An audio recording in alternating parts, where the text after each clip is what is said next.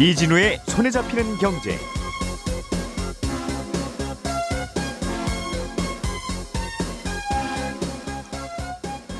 안녕하십니까, 이진우입니다. 유럽중앙은행이 기준금리를 0.25%포인트 내렸습니다. 영국을 비롯한 다른 주요국들도 조만간 금리 인하 행렬에 동참할 것으로 조심스럽게 예상이 되는데, 정작 중요한 미국의 금리 인하 시기는 여전히 불투명하고 점점 더 불투명해지고 있습니다. 오늘은 이 소식 먼저 들어보겠습니다. 국민연금이 500억 원 규모의 한국가스공사 주식을 매도했습니다. 한국가스공사는 동해에서 석유와 가스를 찾는 대왕고래 프로젝트의 테마주로 주식시장에서 꼽히고 있는데, 자칫 민감할 수 있는 정부 사업 관련주의 매도에 국민연금이 수익성 중심의 투자 전략을 강화하고 있다는 해석도 함께 나오고는 있습니다. 다음 달부터 실손보험의 보험료가 차등 적용됩니다. 비급여 이용 금액에 따라 할인 또는 할증되는데, 100만 원보다 적게 환급받으면 싸지고 반대로 100만 원보다 더 받으면 최대 4배까지 비싸집니다. 이 소식도 자세히 들어보겠습니다. 6월 7일 금요일 손에 잡히는 경제 시작합니다.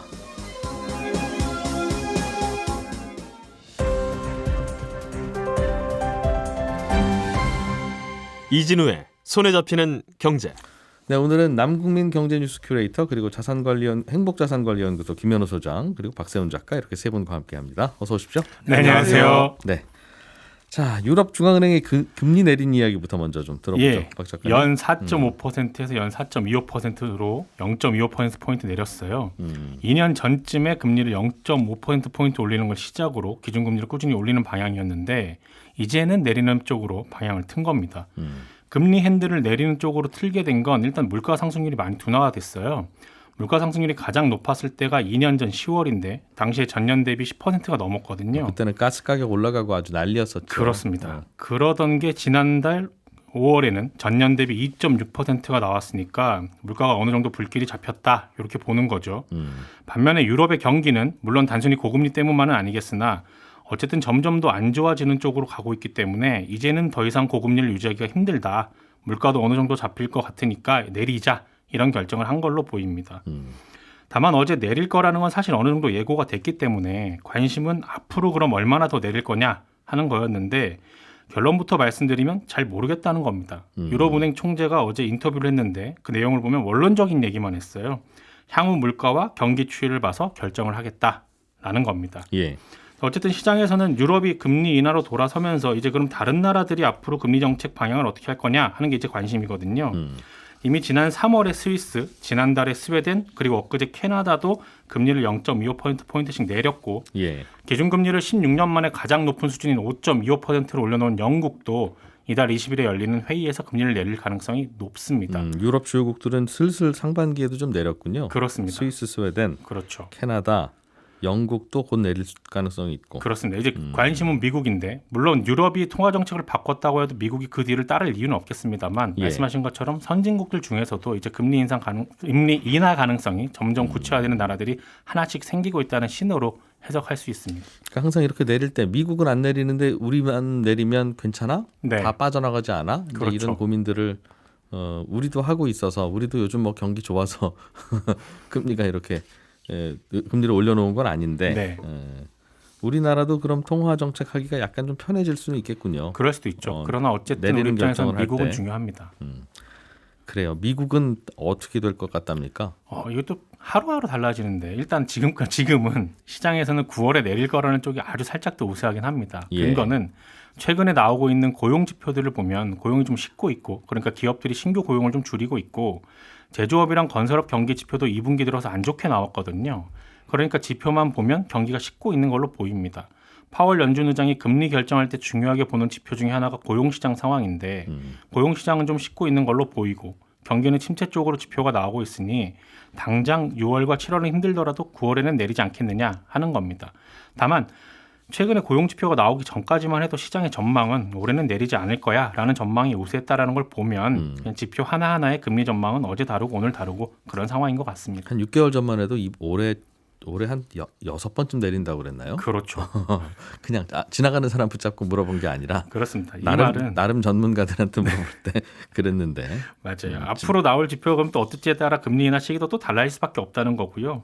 임금이나 소비 관련 지표가 갑자기 안 좋아진다면 7월에 내릴 가능성이 높아질 수도 있는 거고 반대로 또 물가 지표가 갑자기 높게 나오면 금리 내리는 시점은 9월 이후로 또 밀릴 수도 있는 겁니다. 예. 정리하면 미국과 한국을 제외한 다른 선진국들은 이제 금리를 내리는 쪽으로 확실히 방향을 정하는 것 같은데 미국과 한국은 여전히 잘 모르는 상황이다라는 겁니다. 예. 이 소식도 같이 좀 들어보죠. 러시아 우크라이나 전쟁 이후에 러시아랑 중국이 서로 많이 친해졌어요. 굉장히 친해졌죠. 사실은 그렇게 꼭 그렇게 친할 나라들은 아닌데 네. 적이 커지니까 이제 같이 좀 손을 맞잡는 모양새인데 네. 최근에는 둘 사이가 좀 또 멀어지고 있는 신호가 나타나고 있습니까? 그렇습니다. 좀 더 정확하게 말하면 중국이 요즘 러시아를 상대로 배짱을 부리고 있다라는 보도인데요. 러시아가 우크라이나를 침공한 이후에 미국이랑 유럽이랑 러시아를 압박하고 있잖아요. 네. 러시아의 대표적인 수출품인 가스랑 석유를 다른 나라들이 못 사게 하려고 다양한 제재를 하고 있는데 그런데 러시아가 이런 압박에도 버틸 수 있는 건 중국 덕분입니다. 중국이 러시아산 석유 가스 많이 사주는. 많이 사줍니다. 다만 러시아 입장에서는 자기네 거를 중국이 사주니까 고맙기는 한데 예. 중국에 판매하는 가스는 예전에 유럽에 팔던 것보다 대략 30% 정도 더 싸게 팔고 있거든요. 예. 그러니 유럽에 팔던 양을 그대로 중국에 다 판다고 하더라도 러시아 입장에서는 손해입니다. 그래서 러시아가 택한 방법이 새로운 가스관을 하나 더 뚫어서 지금보다 훨씬 더 많은 양의 가스를 중국에 팔겠다는 거였어요. 예. 그런데 이 논의가 최근에 난항을 겪고 있는 게 그 이유를 알고 봤더니 중국 쪽에서 지금보다 훨씬 더 싸게, 그러니까 러시아가 러시아 국내에 팔고 있는 아주 낮은 가격 정도로 싸게 팔라고 요구를 했다는 겁니다. 믿지지 않는 가격이라면 빨리 좀 줘라. 그렇습니다. 그리고 게다가 원래 얘기했다면 양보다 훨씬 더 적게만 구입을 하겠다고 중국이 요구를 하기도 했고요. 예. 중국이 이렇게 강하게 나올 수 있는 건 러시아가 지금 자기들, 그러니까 중국 아니면 가스를 팔 곳이 없다는 걸 잘 알고 있기 때문인 거고 반면에 러시아 입장에서는 그럼 중국이 자기들의 목줄을 쥐고 있는 거거든요. 예. 다만 그렇다고 중국 쪽 요구를 들어주자니 이거는 어허. 팔고도 손해만 보는 장사가 되기 때문에 요구를 들어줄 수도 없고 안 들어줄 수도 없고 그런 상황이라는 겁니다.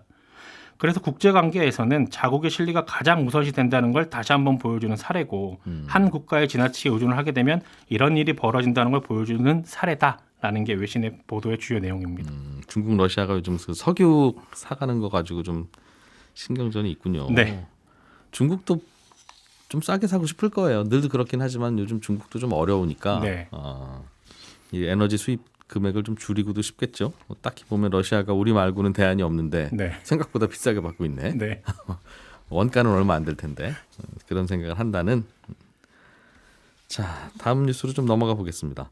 남국민 큐레이터가 준비해 오신 소식은 동해의 포항 앞바다에서 석유 가스 나올지도 모른다는 이제 뉴스가 발표가 돼서 계속 뜨거워지고 있어요. 네.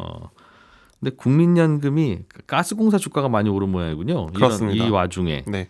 그리고 국민연금과 다른 연기금들은 가스공사 주식을 이때다 싶어서 팔았다. 네, 그렇습니다. 그게 논란이 됩니까? 근데 왜 논란이 되죠? 이게 논란이라기보다는 설명을 드리자면요. 예. 국민연금이 이번 주 월요일부터 화요일 사이에 이제 한국가스공사 주식을 한 500억 원 가량을 내다 팔았습니다. 예. 근데 국민연금이 워낙 뭐 갖고 있는 주식이 많고 주식 사고 파는 거야 당연한 일상 다반사인데 이번 매도가 이제 주목을 받은 이유가 방금 말씀하신 이 동해 가스전과 이 가스공사가 뭔가 지금 굉장히 밀접한 마치 테마주처럼 뜨고 있기 때문인데요. 예. 대표적인 수혜주를 꼽히고 있는 거예요. 예를 들면 뭐 저기서 가스전이 나오면 가스공사가 대박이 나겠다 이런 생각이 나가지고 왜 근데 거기서 가스공사가 대박이 납니까? 이게 이해가 안 되는 사실 게 요즘 한국 주식시장을 이해하려면 굉장히 창의력과 상상력이 중요하긴 한데요. 예를 들면은 이번 대표 뭐가 수혜주 있을까요? 중에 하나가 한국석유라는 주식이 있었는데 예. 여기는 직접 석유를 캐는 곳이 아니거든요. 근데 이름부터가 뭔가 한국석유니까 수혜주일 것이다 해서 굉장히 주가가 급등했고 뭐 예전에 뭐 초전도체 때도 뭐 여러 주식 올랐던 것처럼 비슷하게 이것저것 수혜주가 오르는데 그러니까 저도 이 뉴스 보고 좀 상상을 해봤는데, 네. 아마도 이게 가스가 많이 나오니까 가스공사가 거기에서 개발 주체가 돼서 하게 될 거 아니냐라는 그렇습니다. 생각을 할 것 같은데 지금은 당연히 석유공사라는 기업이 하고 있고, 그렇죠. 거기는 정부 지분이 100%니까 사실상 정부 석유, 정부 가스면 정부 지분 100%인 석유공사가 하는 게 그렇습니다. 맞는데 그렇게 해서 나오는 가스를 가스공사가 받아다 팔 수는 있겠죠. 지금도 카타르에서 그렇죠. 갖고 오는 가스 네. 가스공사가 팔고 있으니까. 네. 그런데 굳이 뭐 정부 지분이 아주 많지도 않고 네. 거기에다가 뭐 정부야 어차피 시추 가격 생각하면 좀 싸게는 사겠지만 마진이 석유공사에 남겠지. 굳이 가스공사에 근데 사실 더 줄 이유까지는 없을 텐데. 요즘 주식시장이 그런 생각까지 하고 있으면 돈을 못 버는 시장이 되다 보니 한국가스공사가 일단 테마주로 찍혀서 29,000원 정도 하던 주가가 거의 5만 원 가까이까지 치솟았어요. 며칠 만에. 예. 근데 그랬는데 그 와중에 이제 국민연금이 여기 이제 3대 주주고 지분을 할 8.6% 정도 있거든요. 여기서 지분의 한 1.3% 정도 되는 규모를 팔았는데 그게 한 500억 원 가량 대규모로 매도를 한 거죠. 예. 그러다 보니까 수백억 원, 최소 수백억 원의 평가이익을 받고 그 중에 일부를 실현했다. 그렇기 때문에 이 거래가 굉장히 주목을 받고 있는 겁니다. 다만 이제 저래도 되나 싶은 곳은 야 대통령이 나와서 발표를 했는데 그래도 관련주를 국민연금이 팔면 좀 모양새 이상하지라는 생각을 하는 분들이 있는 모양이군요. 그렇죠. 그게 이번에 좀 주목받는 게 이 매도 규모 자체는 500억 원짜리 규모니까 뭐 국민연금 규모에선 그렇게까지 큰 거래는 아닌데 주목을 받은 게 방금 말씀하신 그 이유 때문인데요. 이게 워낙 테마주로 그러니까 시장에서 주목도 받고 또 한국가스공사가 어쨌든 국가와 관련 있는 기업이다 보니까 가스공사 주식을 국민연금이 내다 팠다는 것 자체가 시장에서는 뭐야 국민연금도 가스 그에 대해서 회의적으로 보는 거 아니냐 이런 식의 다양한 해석을 낳는 거예요.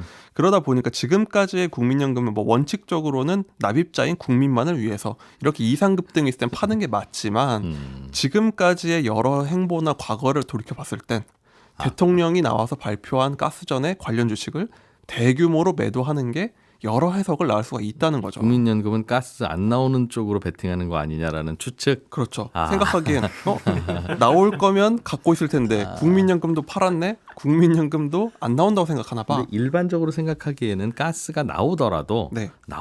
가스공사가 돈 벌 일은 없어요. 맞습니다. 가스공사는 어차피 그 도매 유통하는 마진도 어차피 정해져 있고 심지어 가스 가격 비쌀 때는 역마진으로도 팔라고 압박받는 회사 그렇죠. 아닙니까? 그렇습니다. 다만 이제 동해에서 나오면 역마진으로 팔라는 압박은 좀 덜 받을 수도 있겠다는 생각은 할 수는 그렇습니다. 있겠는데 그러니까 또 뭐 팔았을 수도 있겠죠. 그래서 사실 또 국민연금 입장에선 이상급등이기 때문에 사실 국민연금이 이전부터 계속 지분을 줄여오고 있긴 했거든요. 그렇기 때문에 좋은 기회가 왔고 수익률을 올릴 기회니까 이번에 대규모로 파는 거는 합리적인 선택을 한 거죠. 그런데 과거에 비교했을 때는 정무적으로 여러 가지 해석을 낳을 수 있는 상황에서도 단호한 선택을 했다. 그렇게 평가를 할 수가 있다는 겁니다. 국민연금답지 않다. 그렇습니다. 그냥 주주들도 이게 개인 투자자들이 다 받았다고 해요. 그 물량을. 은근히 디스네요. 국민연금에 대한. 저는 굉장히 잘한 결정이었다라는 말씀을 드리는 겁니다. 그렇게 해서 요즘 국민연금이 우리나라 주식 이거 어떻게 할지 뭐 주식 투자를 앞으로 어떻게 할지 고민이 꽤 많을 것 같은데 국민연금이 고갈 시점 뒤로 미루고 뭔가 대책을 세우려면 결국은 수익률을 높일 수밖에 없는데 수익률 높이려면 뭐 채권이나 이런 거 투자하는 것보다는 그래도 주식 투자밖에는 없을 텐데 그렇죠. 코인을 투자할 수는 없으니까. 그렇습니다. 근데 그렇다고 주식 투자를 늘렸다가는 또 국내 주식 나중에 또 팔아야 될 때가 곧 오지 않겠습니까? 그렇습니다. 맞습니다. 인구 고령화되기 시작하면 그러면 또 국민연금이 많이 팔면 주식시장 망가질 테니까 네. 또 그렇다고 한국 주식 많이 들어갈 수도 없고. 사실 국민연금이 그동안 항상 딜레마였던 게 바로 수익성과 공공성이 두 가지 때문인데요. 원칙적으로 수익을 잘 내서 국민 노후를 책임지는 게 맞는데 그동안 이른바 공공성이란 이름으로 정부 사업한다 그러면 거기 돈도 좀 내고 뭐 정부에서 좀 관심 있는 분야가 있으면 거기 주식도 좀 사도록 압박도 하고 여러 가지 뭐 이른바 공공성에 대한 책무를 졌거든요. 그래서 좀 쌈짓돈처럼 써온 게 있었는데 최근에 이제 국민연금 분위기가 조금씩 바뀌고 있는 게 방금 말씀하신 대로 고갈도 얼마 남지 않은 데다가 이제 납입금을 주는 게 더 많아지게 되는 거예요. 그럼 주식을 팔아야 되기 때문에 최근에는 좀 더 확실히 수익성에 방점을 찍고 운용 방향을 바꾸겠다고 했습니다. 최근에 주목받는 게 국민연금 기금운용위에서 이런 분위기면 한국 주식 더 이상 투자하는 게 의미가 별로 없다라고 얘기를 한 거예요. 변동성은 너무 크고 수익은 너무 낮다라는 얘기를 했거든요. 예. 그러니까 앞으로는 몸집 자체가 너무 커서 애초에 한국 주식을 투자하기는 어렵기도 하지만 조금 더 이제 수익 중심으로 좀 외풍에 좀 견디면서 수익을 중심으로 주식도 더 늘린다고 하고요. 그런 식으로 분위기가 확실히 변하고 있는 것 같습니다. 그러게요. 한눈 팔았던 때가 꽤 많죠. 말씀하신 대로 정부가 뭐 하자고 하면 동원되기도 하고 그렇죠. 당연히. 그런데 이제는 그럴 때가 아닌 것 같다. 맞습니다. 좀 분위기도 바뀌었고 옛날에는 사실 주식 투자 늘린다 그러면 떨어지면 또 난리 나잖아요. 뭐 그래서 한 달 단위로 주식 국민연금 몇십조 원 손해 봤다 이런 기사가 막 나오고 이랬는데 네. 최근에는 이제 국민들도 좀 인식이 좀 많이 바뀌었잖아요. 좀 돈을 벌려면 수익을 내려면 리스크를 져야지 이렇게 하다 보니까 주식 투자도 늘린다고 했고요. 앞으로 이걸 수익률 1% 올리면 몇십 년씩 뭐 기금 고갈 시점 늘릴 수 있으니까 확실히 그 방향을 좀 더 바뀌고 있는 것 같습니다. 아, 주식 비중을 늘리고 있다. 네. 근데 국내 주식 비중을 늘릴 수는 없으니 결국은 해외 주식 더 산다는 얘기겠네요. 맞습니다. 최근에 뭐 엔비디아, 테슬라 이런 큰 손이 되어가고 있다고 하죠. 우리나라 국민연금이. 네. 아, 그러니까 이제 한국인이 드디어 모험을 하기 시작한 거예요. 노후 자금 그렇습니다. 가지고. 그죠? 이제 막막한 노후를 앞두고 바이 앤 프레이. 네. 잘 사고 나서 기도하는 거. 그렇습니다. 기도메타라고 하죠. 진짜 잘 돼야 될 텐데. 네. 자, 김현우 소장님, 네. 다음 달부터 실손보험을 얼마나 많이 이용했느냐에 따라서 네. 많이 이용하는 분들에게는 할증, 예. 덜 이용하는 분들에게는 할인, 네. 이제 그렇게 바꾼다는 거죠. 네, 그렇습니다. 그런데 모든 실손보험이 아니라 4세대 실손에 국한됩니다. 그러니까 실손보험은 가입한 시기에 따라서 1세대에서 지금 판매되고 있는 4세대 이렇게 네 가지로 나뉘는데 이 할인 할증이 적용되는 실손보험은 2021년 7월 이후에 판매된 이 4세대 실손보험만 그렇습니다. 그러면 그 전에 판매됐던 난 1에서 3세대 사이 보험을 가입하고 있는데 나는 해당 사항 없느냐 하실 수도 있지만 지금 1세대에서 3세대 가입하신 분들도 언제든지 뭐 보험료가 부담된다 이러면은 그냥 전환 신청을 할 수 있거든요. 4세대로. 네, 뭐 해약하고 새로 가입하는 게 아니라 그 해당 보험사에서 그냥 갈아타기가 가능합니다. 1세대가 4세대 가는 건 가능하고, 네. 2세대가 3세대나 4세대 가는 건 가능하고, 네. 거꾸로 오는 건 안 되죠. 2세대가 3세대, 4세대도 안 되고 그냥 무조건 4세대로만 가능합니다. 네네. 4세대로 가는 건 되고, 네. 다시 그럼 4세대가 2세대나 3세대로는 못 가고, 못 가고 1세대가 뭐 3세대로 간다거나 2세대로 간다거나 이것도 불가능합니다. 가장 최신으로는 갈 수 있는 타임머신. 그렇습니다. 네. 그러니까 이제 보험료 부담되면 언젠가는 갈아탈 수도 있는 가능성이 있기 때문에 이거 알아두실 필요가 있는데 4세대 실손보험은 기존 다른 실손보험에 비해서 보험료가 한 10%에서 70%까지도 저렴합니다. 보험료를 보면은 40세를 기준했을 때 한 10,000원 정도, 60세까지 올라가도 한 25,000원 정도예요. 그러니까 다른 뭐 1세대 실손에 비해서는 굉장히 저렴하죠. 그런데 이게 앞으로 할인 할증을 적용을 한다. 이게 원래 4세대가 출시될 때부터 이 얘기가 있었거든요. 많이 타가면은 비급여율이 많이 타가면 할증시키고 안 타가면 할인해 주겠습니다라고 처음 출시될 때부터 얘기는 나왔지만 통계가 없으니까 예. 뭐 3년 동안 통계를 축적해서 바로 이제 다음 달이 3년이 되는 해라. 그래서 다음 달부터 적용을 하게 되는 겁니다. 그러면 병원을 자주 다니고 실손보험을 몇 번 타면 할증이 된다는 건데 자동차 사고 내면 자동차 보험료 오르듯이 네, 그렇습니다. 얼마나 병원에 가면 얼마나 할증되는 겁니까? 요게 일단 비급여 의료비만 해당이 됩니다. 그러니까 국민건강보험이 적용되지 않는 치료를 얼마나 청구를 했느냐 그에 따라서 금액에 따라 5단계로 구분이 되는데 일단 기준은 본인이 계약한 달로부터 3개월 전 시점에서 1년 동안, 그러니까 제가 5월에 만약에 보험 가입을 했다. 그러면 3개월 전이면 2월이죠. 예. 2월부터 작년 3월 요 12개월 동안의 청구 금액을 합산한 방식이에요. 예. 그래서 청구한 비급여 보험금이 전혀 없다, 제로다라고 한다면은 5% 이내에서 할인이 되고 100만 원 미만이면 그대로 유지입니다. 예. 그리고 100만 원을 넘게 되면 100만 원 이상부터 이제 할증이 되는데 150만 원까지는 2배, 뭐 300만 원까지는 3배. 그리고 보험료가 그렇죠. 보험료가 2배. 그렇습니다. 오. 보험료가 2배, 뭐 300만 원까지는 3배, 그리고 300만 원을 넘게 되면 보험료가 4배까지도 오르는데 이게 보험료가 2배, 3배, 4배 오른다고 하니까 굉장히 크게 오르는 걸로 느껴지잖아요. 예. 근데 앞서 말씀드린 것처럼 40세 보험료가 10,000원, 11,000원 요 정도 수준입니다.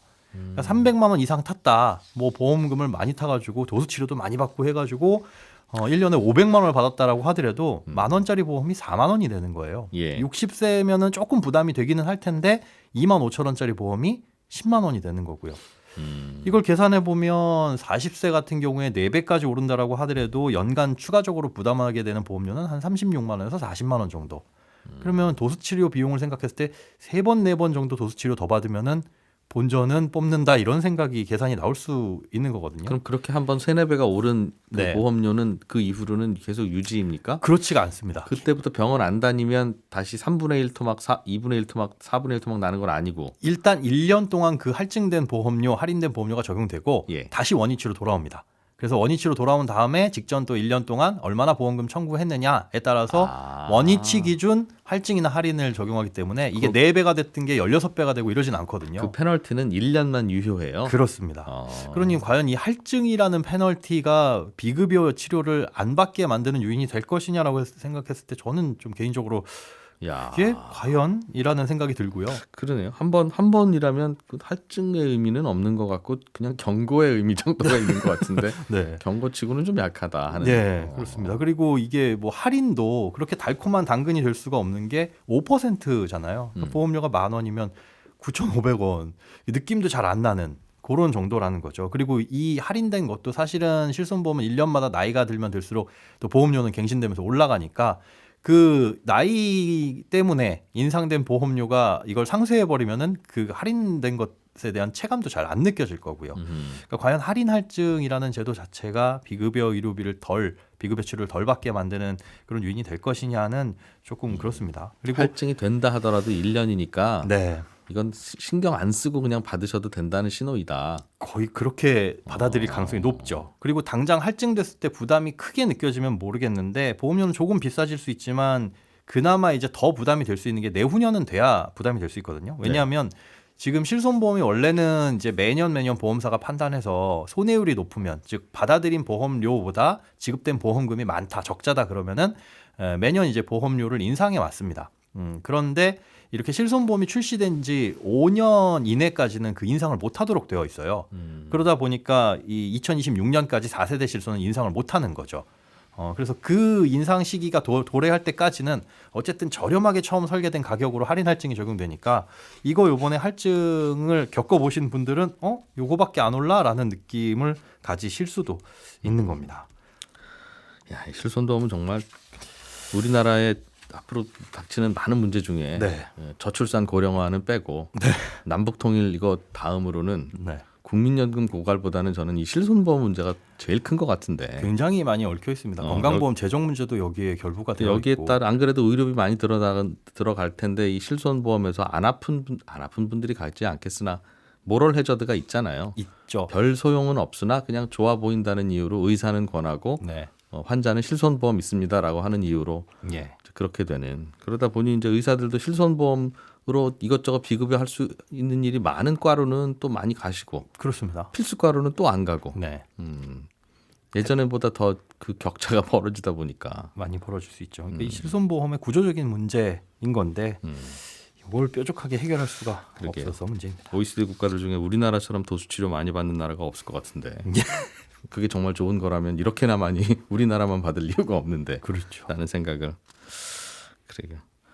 예를 들면 그럼 큰 질병 걸렸을 때는 어떻습니까? 이런 그 큰 질병이 걸려서 문제가 될 경우에는 큰 질병 걸렸을 때 암 같은 경우에는 산정특례 대상 질환이라든가 뭐 그런 이제 희귀성 난치 질환 이런 게 대표적인데 이런 질환에 대해서는 안 올려받고요. 할증 안 되고요.